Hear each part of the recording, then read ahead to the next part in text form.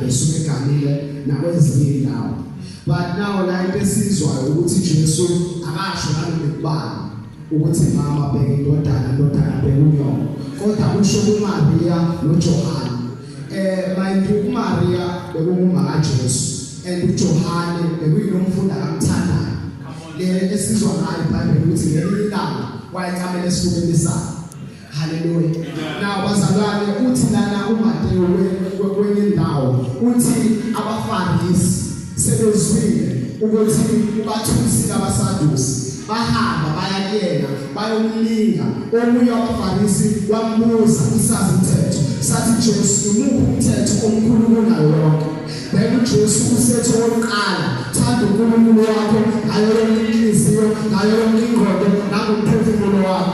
So bazalwane la lomthetho losiyenza ukuthi ngelinye ilanga kuye kwenzeke ukuthi uJesu bayamfuna uMaria nabafowabo bodadewabo. Then bamfika eShumayela kwelinye lamasinagoge. Then usethi ngubani umama nabafowethu sebeyamtshela bathi nawe bamlindele ngaphandle. Uthi umama nabafowethu ilaba benza intando kaNkulunkulu. So ubasiyelana siyabona ukuthi le verse wayingasho nalobani kodwa wayibeka kubasobala ukuthi li-apply kulaba bakholwayo. Hallelujah bazalwane.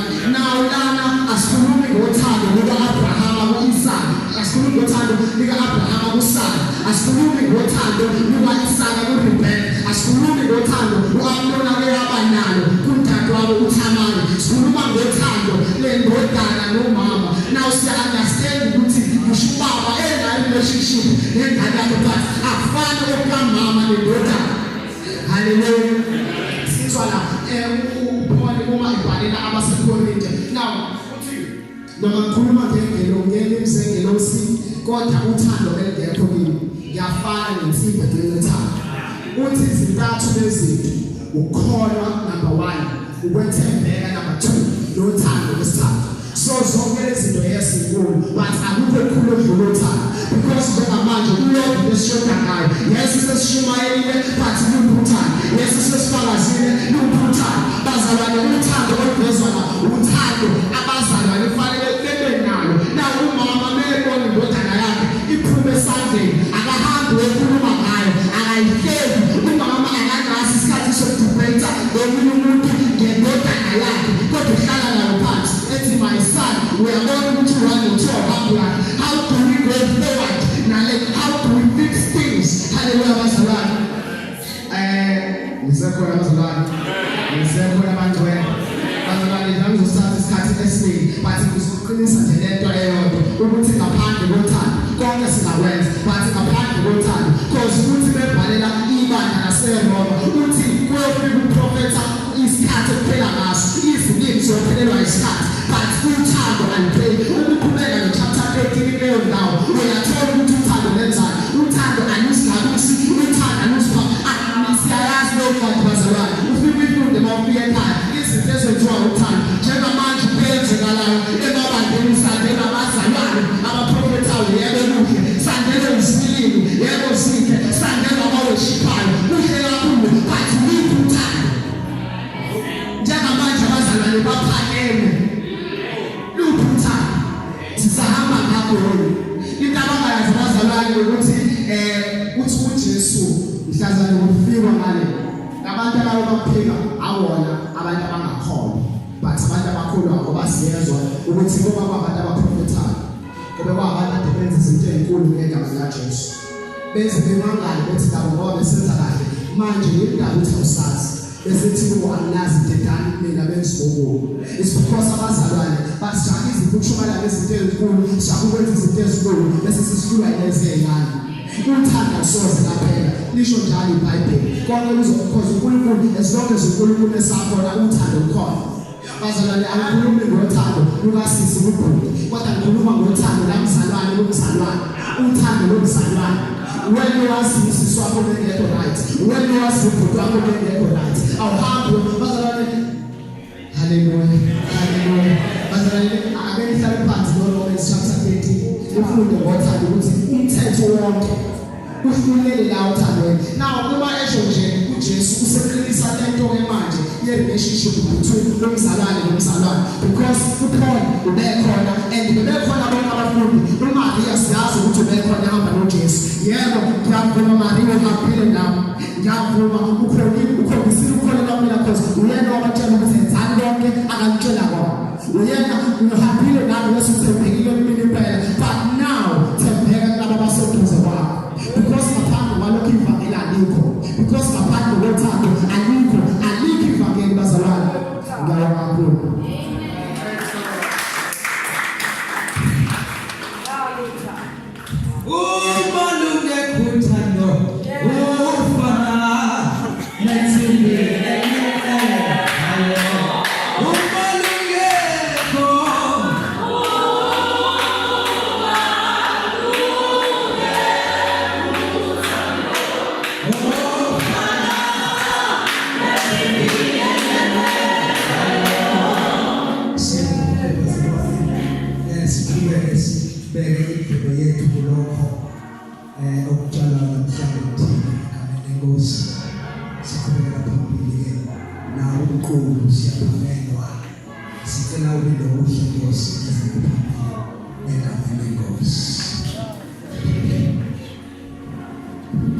Amen. Tell us when you go Mark 15 verse 34.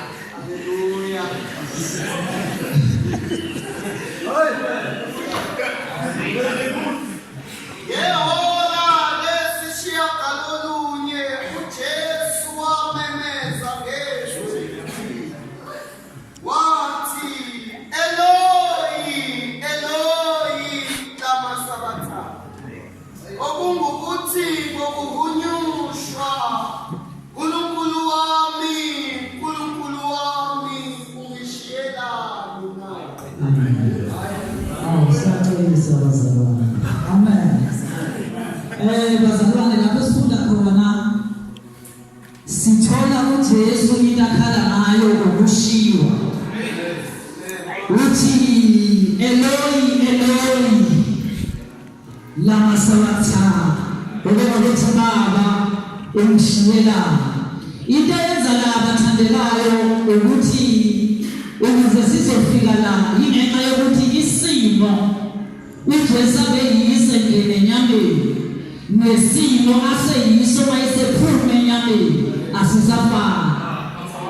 Uthe mayengena enyameni kuqhamuka izazi from empumalanga zikhothamela ukholiwe. Uma esephume enyameni sekuyilapho abantu khona bayahlehla bona.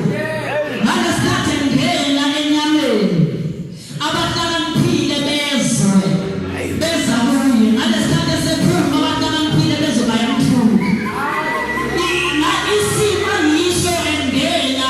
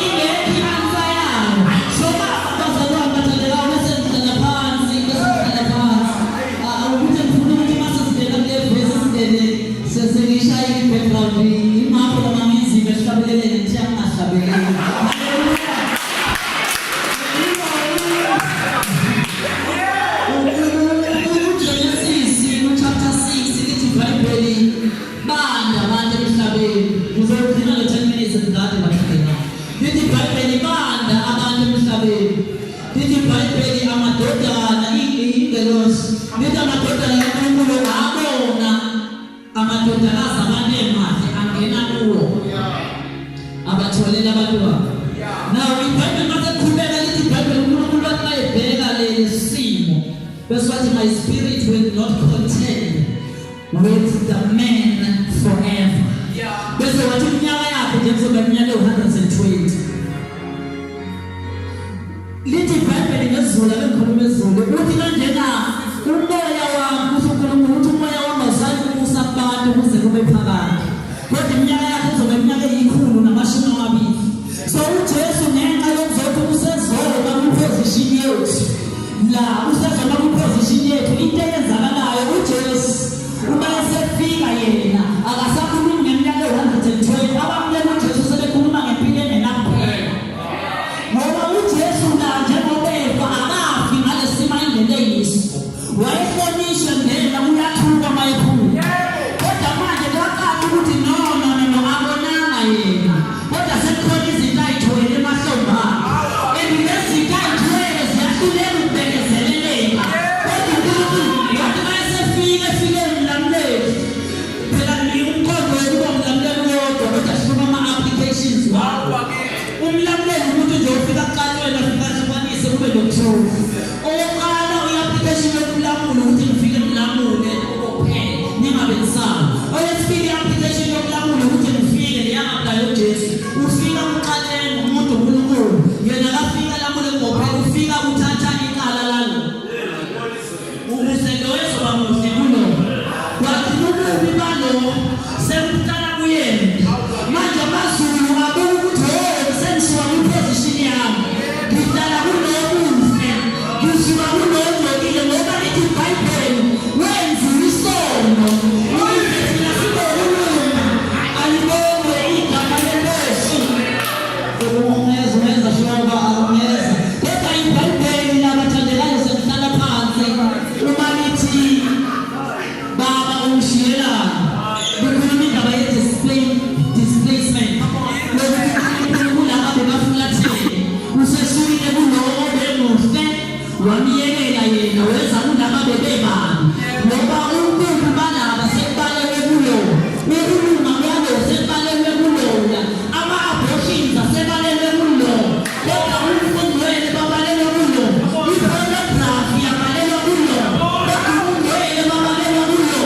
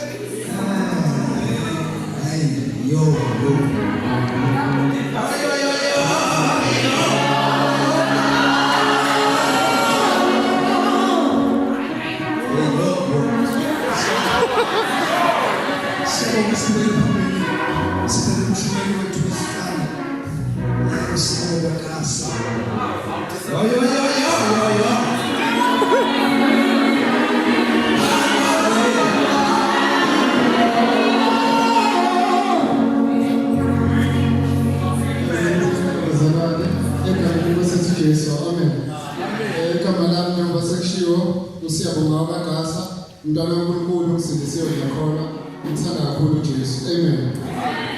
Ngiyacela sivule incwadi kaJohane chapter 19. Ngiyazuma manje bazalwane. Sokhuluma. Amen.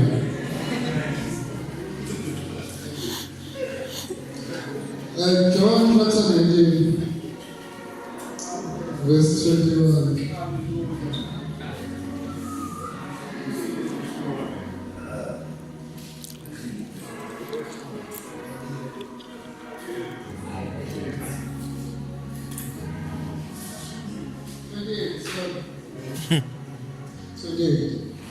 Okay, last one khona ngizocela uyifundele. Thiwa ngesithutheni. emva kwalokho uJesu ekwazi ukuthi konke sekuphelelisiwe ukuba umbhalo ugcwaliseke wathi ngomile. Amen. uJesu esekwazi ukuthi konke sekwenzekile kodwa so that the scriptures may be fulfilled wayesethi ngomile. Lesengike noma lesisho kubuza zonke uJesu izinto abeseyishilo noma konke amazwi uJesu abesewashilo leli yizwi elifishane nawonke ukuthi ayiteze. Leli yizwi elifishane nawonke ukuthi ngomile. Kulawa besebaliwe kusukela kuleli ethi khona bathathelele kuze kufike kuleli elithi uNkulunkulu ushiyelani. Leli lifishane kunawonke. Leli libizwa nge-word of suffering noma yizwi lenhlupheko.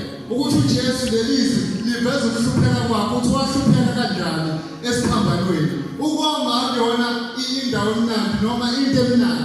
Yayikhombisa icondition yokuthi wayesebuhlungwini esemzimeni ebhekene nomzimba uJesu esesiphambanweni. So ukoma kwakhe akongaboni ngokugeneral. uJesu kuyoma chapter 4 elithizwi wathi esekhathele wangasemthonjeni wafica owesifazane waseSamaria eyokukhamanzi wayesethi ngiphuzise. Ukuyoma before but lokoma bekudeep, lokoma bekokusafarisha, lokoma bekokubuhlungu abebhekene nabo. Amen. Ngithanda-ke ukukhuluma nje ngezinto ezimbalwa ukuthi chaza ukuthini ukuthi ngomile ngokubheka kule text yethu esifundayo. Okokuqala kuchaza ukuthi kumveza uJesu umuntu. Kuveza i-humanity kaJesu. We know ukuthi there's a humanity kaJesu and also there's a deity kaJesu noNkulunkulu bakhe.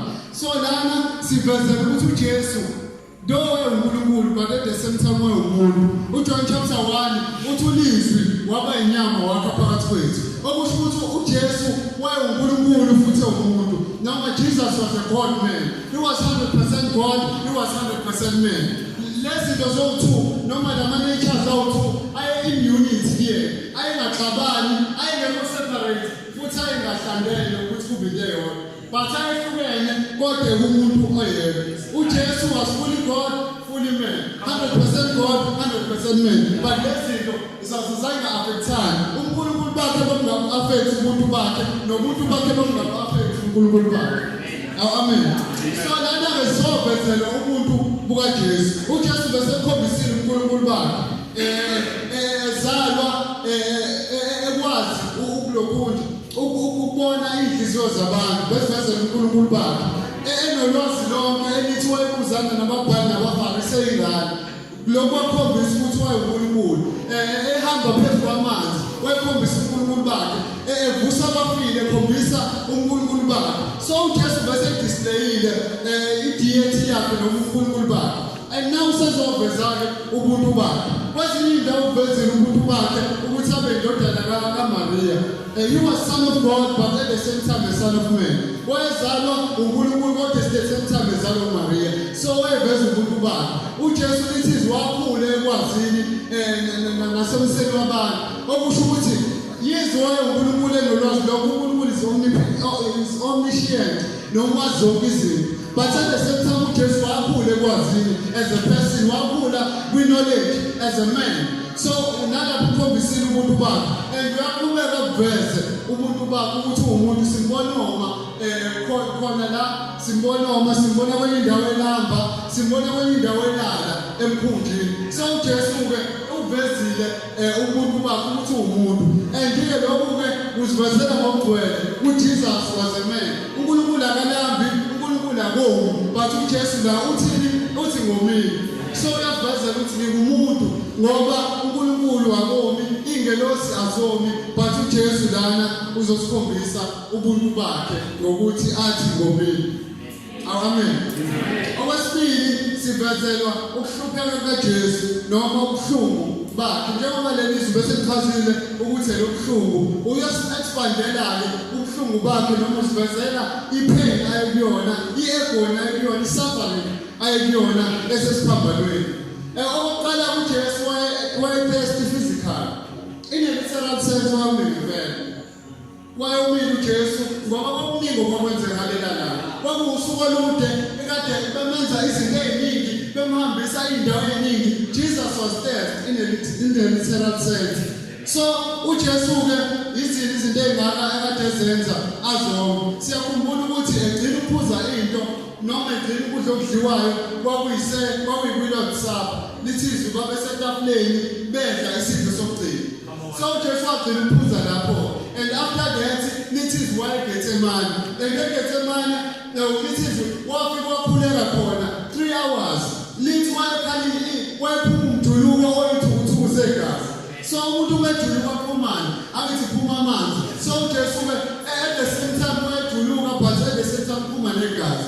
And maqhubeka meseGetsemane uNkulunkulu uphendula kanjani umthandazo wakhe. uJesu angibhecela ukuthi uNkulunkulu amkhulule kudlule lesithi. And uyayithola i-answer yalo mthandazo uJesu ngokuthi kufika amabutho azombamba. Uphendula kanjani? Awuphela ama-responses avela kuNkulunkulu ungabukhuleka. Eyokuqala ithi yes, eyesibili ithi no, eyesithathu ithi no sinabo. So uJesu wayithola kanjani i-response? Wayithola ngokuthi uNkulunkulu athi no, angeke ukwazi ukudlulisa lesitsha. Wabona sefika amabutho asezombamba ngoba isitsha kwayukuthi ayofa efela thina. Okusho ukuthi adlula nabi isitsha ngoba sabona amabutho esezombamba uJesu esezoyobethela. So uNkulunkulu uphendula-ke umthandazo kaJesu ngokuthi abantu and bahamba naye baya kuKhefasi elithi iBhayibheli kwawumpristi omkhulu kwangaleso sikhathi.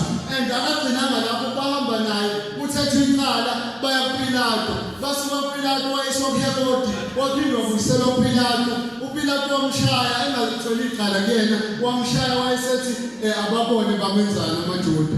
And indiyenzeka uJesu njengoba ehamba kwakuwusuku olutshisayo ngalelo langa. uJesu mase esuka kuPilato bamthwalisa isiphambano eseGolgotha. And mefika eGolgotha bambethela babhoboza izandla zakhe babhoboza iy'nyawo zakhe and kuphuma igazi. And uJesu walahlekelwa ifluid eningi emzimbeni wakhe okwakwenza ku-understandeke mayithomile because kwaphuma igazi ejuluka kushisa ethwele iphambano ihamba amabanga amade. So yenza isethi uma ukuthi wayomile njengabantu bonke bonke. He was blessed in a literal sense. So uJesu-ke wayomile ngenxa ye-suffering ayekade ebhekene nayo ngalelo langa. And not only in a physical sense but also in the spiritual sense. Njengoba umfowethu besethathile ukuthi wathi uNkulunkulu wami ungishiyelani na? Lokho kusho uNkulunkulu uJesu wamenza abe devastated, wamenza alahlekelwe yiko konke ayenakho. uJesu esesiphambanweni mefulathela uNkulunkulu akabonanga uJesu indodana yakhe leyayithi iyathandeka but wabona isono. Njengoba beseshilo ukuthi ongasenzanga isono wenziwe isono ukuze sibe ukulunga kwakhe. So uJesu nekathi ethwala izono zethu uNkulunkulu wabona isono esiphambanweni wayesemfulathela wabamnyama okusho ukuthi uNkulunkulu wayesemphendukela uJesu noma emfulathela. And lokhu-ke kwamenza uJesu abe nelonging noma netest yokuthi abuyele kuNkulunkulu noma wayenelonging yobudlelwano noNkulunkulu noma wayenelonging elangazelela uNkulunkulu. Amen. Wayelangazelela uNkulunkulu, wayomela uNkulunkulu. Ufunda amaHubo 42 verse 1 to 2 athi njengenduze ilangazelela amanzi emfula amaningi kanjalo nomphefumulo wami umele wena uNkulunkulu. So uJesu wayengomele kuphela amanzi phansi, wayomele uNkulunkulu, wayeshiye uNkulunkulu ezekhala ethi uNkulunkulu ngishiyelani. So wayomele uNkulunkulu at the same time. Amen.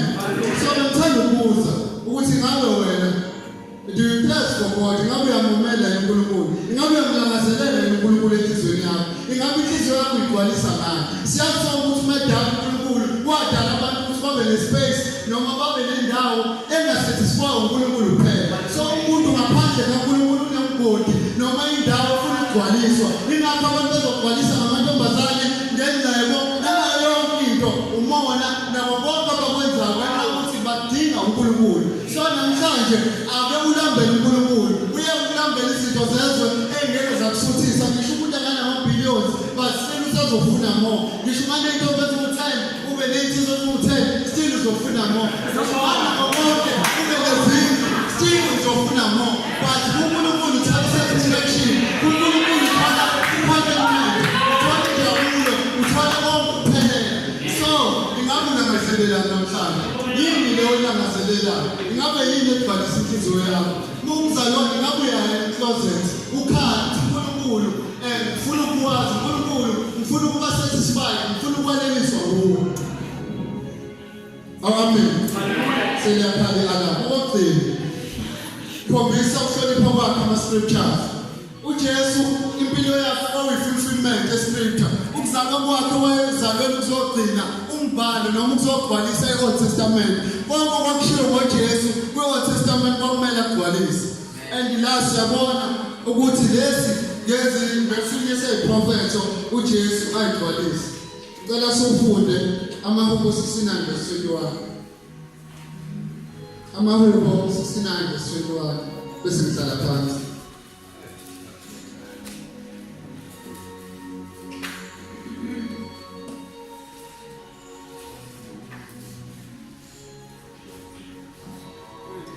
Angifundela kuye. Banginika inyongo ibe ngukudla kwami. Ebomini kwami bangiphuzisa uvinika. Amen. Ngame sekuqaleni sithe uJesu azisekwenzeke konke. Kepha ukuze kubhalise umbhalo wathi ngomini. Sona siyiscripture esagcwaliseka ukuthi uJesu bamnika uvinika. Kwavele uprofethiwe ukuthi uprofethi uDavid ukuthi bazomnika uvinika ngomeni kwami. So Jesu impilo yakhe yonke wayecophelela ukugcwalisa umthetho kaNkulunkulu. Wayecophelela ukwenza konke okwaprofethwe ngayo. Nalana-ke sibona ezogcwaliswa izwi elaprofethwe ngayo. Bese egcwalisile eziningi iprofetho but nalesi kwakumeleke asigcwalise. Wayesethi-ke womileke base bakunika uvinika kwagcwaliseka okwakubhaliwe. Amen.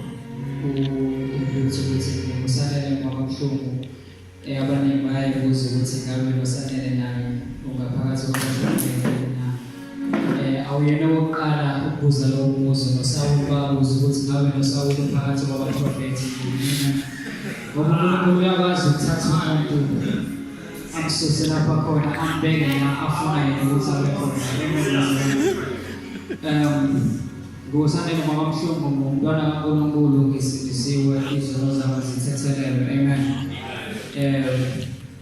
Angakabi naye wesifazane ongumsizi wami. Ngiyabonga isikhathi nangena ukufuna. Kepha njengabo-Adamu lelisizwe lwandlulisilwane kepha akafunyanelwanga umsizi lezolwane. Ngoba umsizi wakhe wayephakathi yena. Amen bezalwane. So nami njengamanje ngisalinde ukuthi inkosi ilandise yenze operation imkhiphe lo msizi ngoba ungaphakathi kwena bezalwane. Amen.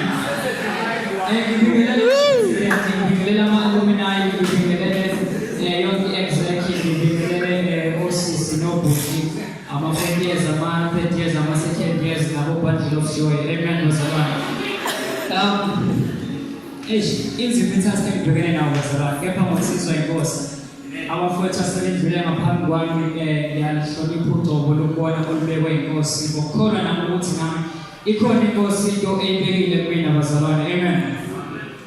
So wayibuza ukuthi why ngesikhathi esincane kepha ngikhuluma ngo-Adamu engabe ngivele ngihlala phezu kwendaba. Yebo isikhathi esincane kodwa bengithanda ukuthinta indaba ka-Adamu ngoba naye lo muntu esizokhuluma ngaye namhlanje umpostoli Pawuli umrefeya njengo-Adamu wesibili bazalwane. Amen. So njengoba nami ngilindile naye uJesu walinda ukuthi akabange naye umsizi wesifazane or unkosikazi. Walinda iminyaka ewu-33 ukuthi aze athole umsizi wakhe or athole umakoti wakhe bazalwane. Amen.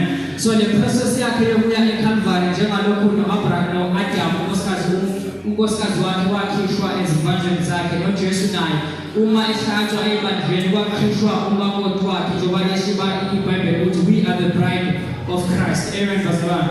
So ngizocela umfowethu uWilliam angifundele lapha kuJohana 19:8.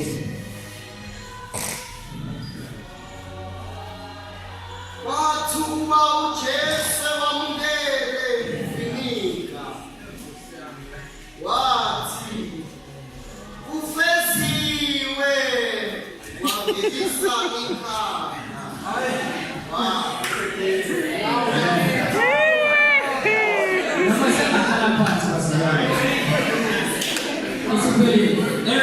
So kwasiqhubeka uma ethi Jesu ufesiwe kusho ukuthi kukhona into ayizele emhlabeni or into ayeyenza okwasekuthi uyenze wayifeza. Amen bazalwane. So uma sibheka ukuthi maningi ama-reasons ukuthi uJesu wayeza emhlabeni, maningi ama-reasons ukuthi why uJesu abethele, kodwa ngizobheka ama-reasons ambalwa ngenxa yesikhathi bazalwane. Amen. So ireason yokuqala kwakuyile abafethu esibekhulumile ngayo ukuthi wayezohlanza izono zethu. Amen bazalwane. So ngoba lithi iBhayibheli uNkulunkulu isandla sakhe kasifinyezwanga ukuba singasindisi, indlebe yakhe kayinzima ukuba ingezwa, kepha ububi bethu busahlukanisile naye. Njengoba sishilo inceke ukuthi wayezithatha izono zethu, uNkulunkulu washifta kuthina, washifta kuyena wasebheka thina. Lithi iBhayibheli isimo sethempeli sahlukana kusuka phezulu kuya phansi ngoba uma lithi iBhayibheli encwadini ka-Isaya ububi bethu busahlukanisile noNkulunkulu. So uma ubheka ithempeli lakuqala bekuba khona indawo kuthiwa i-Holy of Holies la khona kade kwenziwa ama-sacrifices khona. Isimo sethempeli bekuyindwangu ekade ivulwa kanye ngonyaka. So leyo ndawo irepresenta i-barrier between thina noNkulunkulu, bekungena umpristi kuphela kuleyo ndawo. Kepha uJesu uma esebetheliwe siphambana lithi iBhayibheli yadabuka leyo ndawo okusho ukuthi now we have the access yokuthi sikwazi ukuziyela thina kuNkulunkulu. Ingakho umpostoli Pawuli ethi now let us approach the throne of God with boldness. Amen bazalwane. So ireason yesibili ngenxa yesikhathi bazalwane kwakungukuthi uNkulunkulu azodemonstrate uthando analo ngomuntu. Ngoba lithi iBhayibheli uNkulunkulu wathanda kangaka izwe waze wanikela ngendodana yakhe ezelwe yodwa ukuba yilona lo okholwa yona angabhudi kepha abe nophilo phakade. So now sithola i-principle yothando ukuthi if you love something you sacrifice for it. So into uma uyithanda imeasure yokuthi uyithanda kangakanani is measured by what you are willing to sacrifice for the thing. So much better ukuthi lithi iBhayibheli wasacrifice ngendodana yakhe ezelwe yodwa. So uma sibheka uJesu unguNkulunkulu bayinto eyodwa. So now siyathola ukuthi uNkulunkulu indlela asithanda ngayo usithanda ngendlela elingana nendlela asithanda ngayo yena uqobo. Amen bazalwane. So ngakuzwa ukuthi uzaba noma ethi uyamthanda uNkulunkulu ngabe yini yena ayisacrifice-ela uNkulunkulu. Sibaningi ke siyazazi into sacrifice asisacrifice-ela uNkulunkulu bazalwane. Amen. So ngeke sicele lapho sivile futhi siye phambili. So into lesithathu ke okuyona engizogcina kuyona ngoba I believe ukuthi mina I am the kingdom preacher. I preach about the kingdom of God. Amen bazalwane. So it was to fulfill the prophecy eyashiwo nguNkulunkulu encwadini kaGenesis. Uma ethi uNkulunkulu he will put enmity between the seed of a woman and the seed of the serpent.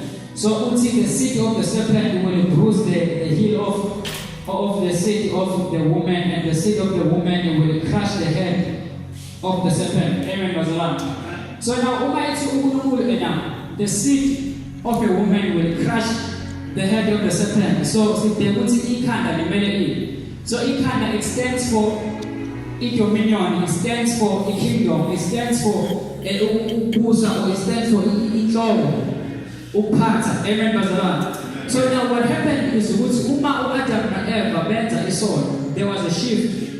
Because uNkulunkulu wadala uAdam naEva ukuthi kube yibona ababusayo emhlabeni bazalwane. Amen. So ngokwenza isono leyo authority wabeyinikeziwe or leyo uphatha washifta kwaya kubani kwaya kuSathane. So now uma ethi uNkulunkulu the seed of the woman will crush the head of the serpent. It means ukuthi uJesu yena ozofika aqede ngombuso wobumnyama. Amen bazalwane. So uma ethi kufeziwe kusho ukuthi njengamanje useqedile ngombuso wobumnyama bazalwane. Amen. Nsenamba bazalwane. Sithi kubuyele emuva kancane. So uSathane kune principle asebenza ngayo ukuthi uyatrade ngiyashintshana noSathane. Uyatrade ufika akunika i-pleasure temporary then bese aphethatha lento uNkulunkulu akunikeze yona. Amen bazalwane. So wafika wabanika ifruit okuthiwa bengalidli then wasethatha ikingdom. Amen bazalwane. So liyasho iBhayibheli lithi isela alizi kungenzokuba nokuphanga nokubulala. Kodwa uJesu uzile ubasuke nokuphila sibe nakho. Amen bazalwane. So now speaking of the kingdom, so uJesu masithandaza masithi thy kingdom come, thy will be done on earth as it is, thy will be done on earth as it is in heaven. So it is necessary ukuthi ikingdom kaNkulunkulu yehlele emhlabeni ukuze kuzokwenzeka intando kaNkulunkulu, because intando ayenzeki uma umbuso ungakehli bazalwane. Amen. So ngiyathanda ukuthi izwi lena bonke abakholwa nguye babapha amandla ukuba babizwe ngani ngabantwana bakaNkulunkulu. So ngokukholwa kuphela we are already in the kingdom. Amen.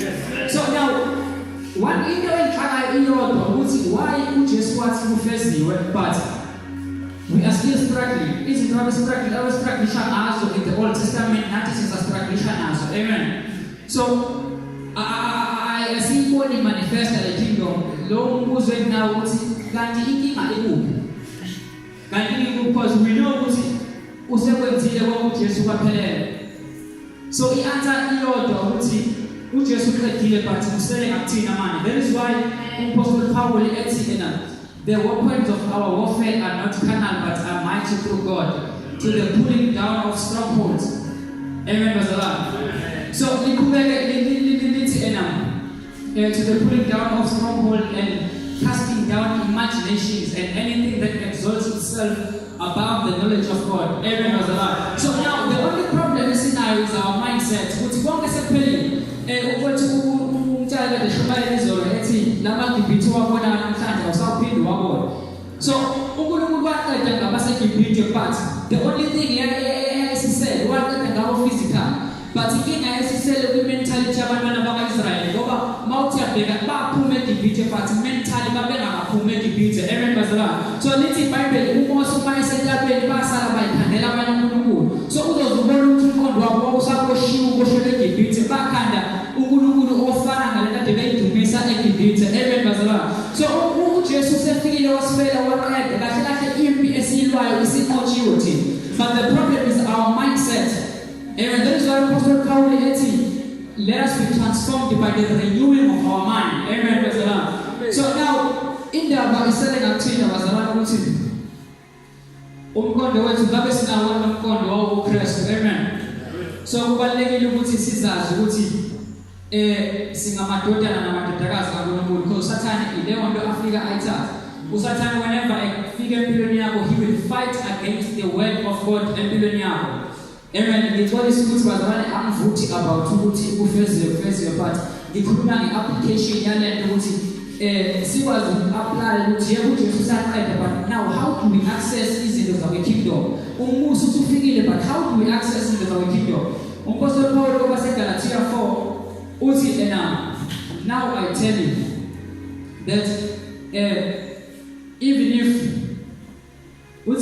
an heir is still a child, he is not different to a servant. Our version, he is not different to a slave.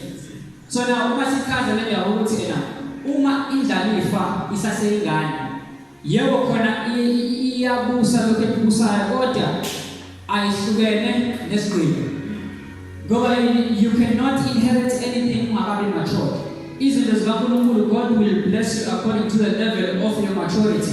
So abaningi bethu, we are in the kingdom, but our mentality is still the mentality of a slave, is still the mentality of isqila bazalwane. Amen. So now, kubalekile ukuthi sibe aware of izinto esizwa, because Satan into ayenza uya discourage, and he will always fight against izinto ezishoyo ngoNkulunkulu phezu kwempilo yakho. Uma ethi umpostoli Paul ngingakwenza konke ngaye onginisana. So now he's not saying ukuthi uNkulunkulu angakwenza konke. Everyone knows ukuthi God can do all things. Listen to the Bible, is there anything too hard for the Lord? But now uma sesi-apply leyo nto leyo wena-ke so uJesu is there to empower us ukuthi i-kingdom le eyalahleka ku-Adam sikwazi ukuthi siyi-access. Uthi Job ngiyazi ungakwenza konke, like vision umuntu elakhitheyo. Amen bazalwane, ngenxa yesikhathi mphathi wami ngizocela usondele. Amen.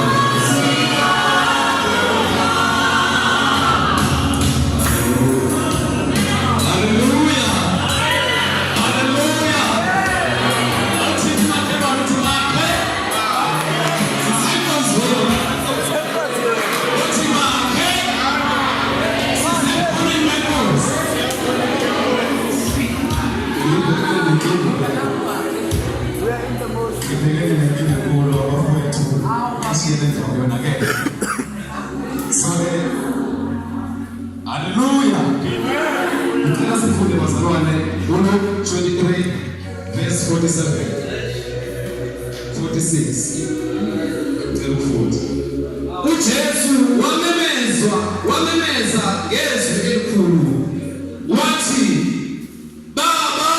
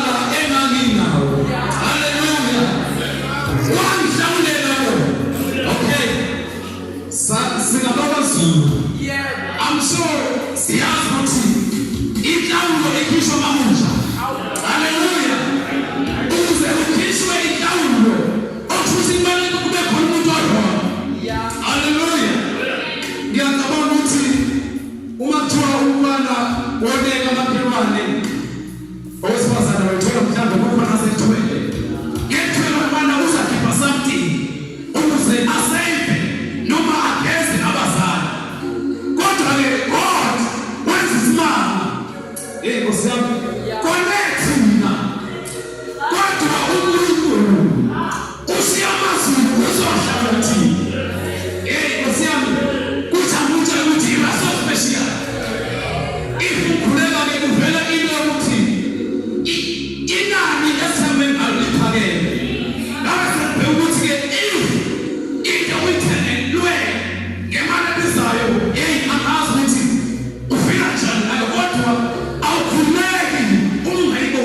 Amen. Ngiyacabanga mangathola ngithelele imoto manje. Mhlawumbe kuseni into yokuqala engiyoyipheka. My car is still here. You understand the inane ethembela. So ngiphela uJesu mayefika esemhlabeni. Lithi lelizwi uthi baba ezandleni zakho ngibeka. Nginalele ukuthi angathi uJesu baba lapha uJohn chapter 1 verse 1 uthi this word became flesh. Noma ulizwi waba inyama wabunjwa. Manje umethi baba ngibeka umoya. Kunalele ukuthi angathi uthi baba ngiyabunga. Khona la ngisaya khona. Lalela ukuthi yobezana.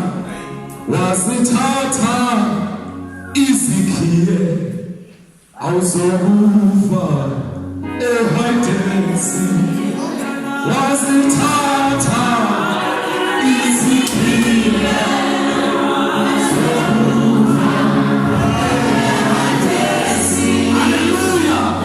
Manje ngiyeza ukuthi baba uJesu kanene ukuthi nawe baba ngathi uyangishaya. Uthi okay baba. Isabela umoya wami ezandleni zakho. Khona la ngisaya khona. Ngoba kunalento engiyithwele. Engilento engiyithwele. Awukwazi ukuzana nawe. Kumele ngiye phansi ngishilo. Kunezinto kade uJesu ayithwele. Ngiyacabanga ukuthi lezami zazila phezulu. Manje uyalapha. Uyona ngikhiye. Manje nginaleyo bazalwane ukuthi uJesu ngoba phansi kunento kade oyilanda iaccess uyona usathane ukuthi engasekuba namandla empilweni zethu noma uthafulala lapha phansi isekhiphuka naso. So nje lokho bazalwane uthi uJesu ngabake ngiyawubeka umoya wami ezandleni zakho. So nje angazi bazalwane ukuthi how can we feel if kunomuntu omele afafele. Truth you are so very because umuntu wazuthi ashiye ukuza azofela lethe after that ubese manje lokufa ngithatha njenge step. Uyasazi step ukuthi kuke la mhlawumbe kuma applications akaqale process we-after konke but ekugcineni sefakwa istem yasayini. Ubuye wathi mayefika uthi ngiyindlela ngiyiqiniso ngiyuphi. Ngamanye amazwi kunale stem futhi akasifaka uthi no ziningi indlela but mina ngiyona yona. Manje namanje ngoba thi bawa sengiyawubeka endumatepa eva usafana istem sokuthi zwaka iyasayina ke bengizoyenza sengiyasayina manje yalapha ya sengiyoshiya lento ngiyithwele ngiyabuya lapha ngizabuyela ngizobuza. So bazalwane kunale mvelo uNkulunkulu akasibona sinayo. So singakholiswa usathane akutshela ukuthi nokuthi uNkulunkulu uba mthembulo wena. Why ushiya amazulu esemhlabeni uthi uJesu uphelele ke ufesi. Baba siyabonga. So ke lokho bazalwane benginakho ekugcineni nje ngi-understand isikhathi sami siphelile manje. Siyaphuthuma sinike indawo kodwa nje lokho bazalwane ukuthi kuphela uJesu ngoba eva ubekhona ukunika ikhulu emhlabeni ukuthi kubusa dominate usathanda wayesayintshontshe lento kodwa manje uJesu uthi kampeni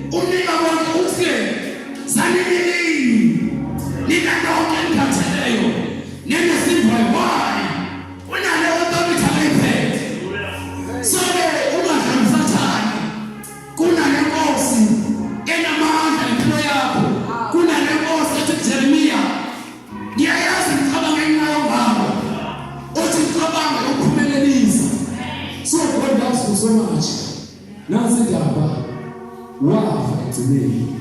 Leli gama lokuthi wafa kushuthi kwabonakele kwabuza ukuthi umuntu. Engimakufa umuntu I'm sure abantu abakuleyo ndawo leyo babethi uphelile. Babenga-understand ukuthi what is this that is happening? Kanti ukukhululwa sekufikile. Hallelujah. So njengoba bazalwane ngingekho isikhathi baba sure.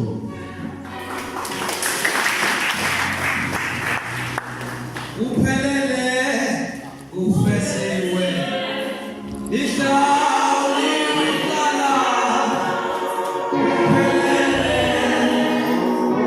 ufesiwe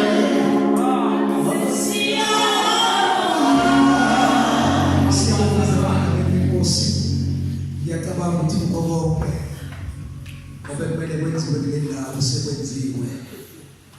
Nenhloso kambi seyifenziwe. Ngiyacabanga ukuthi akukho okusala ngaphandle. Sizosukuma sinyawo.